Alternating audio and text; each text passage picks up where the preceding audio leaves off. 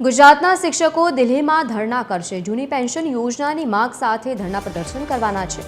24 નવેમ્બરે જંતર મંતર પર શિક્ષકો ધરણા પ્રદર્શન કરશે। ગુજરાત રાજ્ય પ્રાથમિક શિક્ષક સંઘના પ્રમુખની આ જાહેરાત સામે આવી છે। 1500 જેટલા શિક્ષકો દિલ્હીમાં જશે અને ધરણા પ્રદર્શન કરશે। પ્રમુખ દિગ્વિજયસિંહ જાડેજાએ જાહેરાત કરી છે।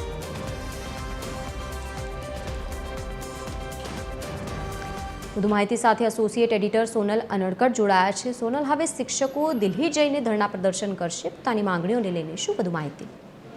જી, મહત્વનું છે કે ગુજરાત રાજ્ય પ્રાથમિક શિક્ષક સંઘ તરફથી જે આ જંતર મંતર ખાતે ધરણાના કાર્યક્રમ છે તેનું એલાન કરવામાં આવ્યું છે। મહત્વનું છે કે શિક્ષક પાત્રતા કસોટી એટલે કે ટેટના 2005 પછીના જે શિક્ષકો છે તેમને જૂની પેન્શન યોજનાનો લાભ મળે તે માટે આ જે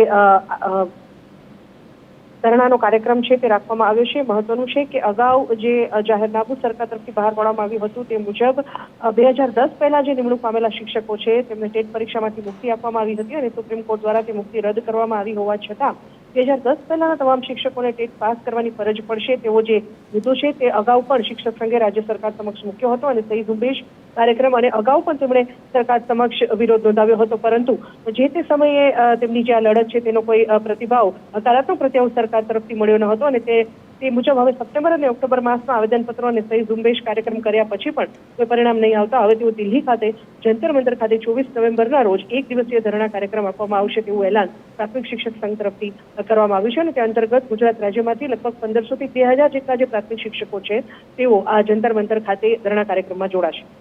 બિલકુલ, આભાર સમગ્ર માહિતી સાથે જોડાવા બદલ। તો ગુજરાતના શિક્ષકો દિલ્હી ખાતે જંતર મંતરમાં પહોંચી અને ધરણા કરવાના છે।